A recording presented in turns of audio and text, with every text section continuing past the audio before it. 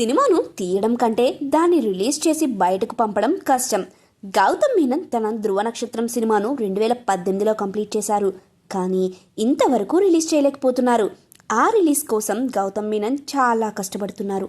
విక్రమ్ను చాలా స్టైలిష్గా చూపించారు. ఈ మూవీ ఇంటర్నేషనల్ లెవెల్లో హాలీవుడ్ స్టైల్లో ఉంటుందని ఆ టీజర్ ట్రైలర్ చూస్తేనే అర్థమవుతుంది.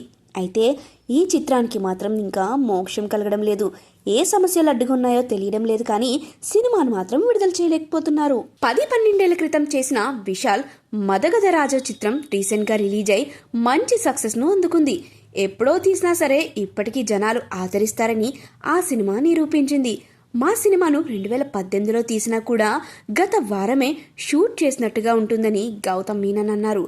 మా సినిమా తప్పకుండా రిలీజ్ అవుతుందని ఆ ప్రయత్నాల్లోనే ఉన్నామంటూ గౌతమ్ మీనన్ చెప్పుకొచ్చారు. ఈ కథను సూర్యకి చెప్పి ఒప్పించే ప్రయత్నం చేశారట. కానీ సూర్య మాత్రం ఈ సినిమా చేసేందుకు అస్సలు ఒప్పుకోలేదట. అదే తనకు చాలా బాధగా అనిపించిందట. సూర్యతో తాను నువ్వు నేను ప్రేమ, సూర్య సన్ ఆఫ్ కృష్ణన్ వంటి కూల్ రొమాంటిక్ లవ్ స్టోరీలు చేశానని, మరి ఇలాంటి యాక్షన్ మూవీస్ చేయగలనో లేనో అనే నమ్మకం అతనికి లేక ఈ స్క్రిప్ట్ ఎంచుకోలేదంటూ గౌతమ్ మీనన్ చెప్పుకొచ్చాడు. గౌతమ్ మీనన్ దర్శకత్వం వదిలి చాలా కాలం అవుతున్న సంగతి తెలిసిందే. ఈ సినిమా వల్లే డైరెక్షన్ వదిలేసి ఇలా యాక్టింగ్లో బిజీ అయినట్టుగా తెలుస్తుంది. డైరెక్టర్గా గౌతమ్ మీనన్కు ఎన్ని మార్కులు పడ్డాయో నటుడిగా అంతకంటే ఎక్కువ మార్కులే పడ్డాయి.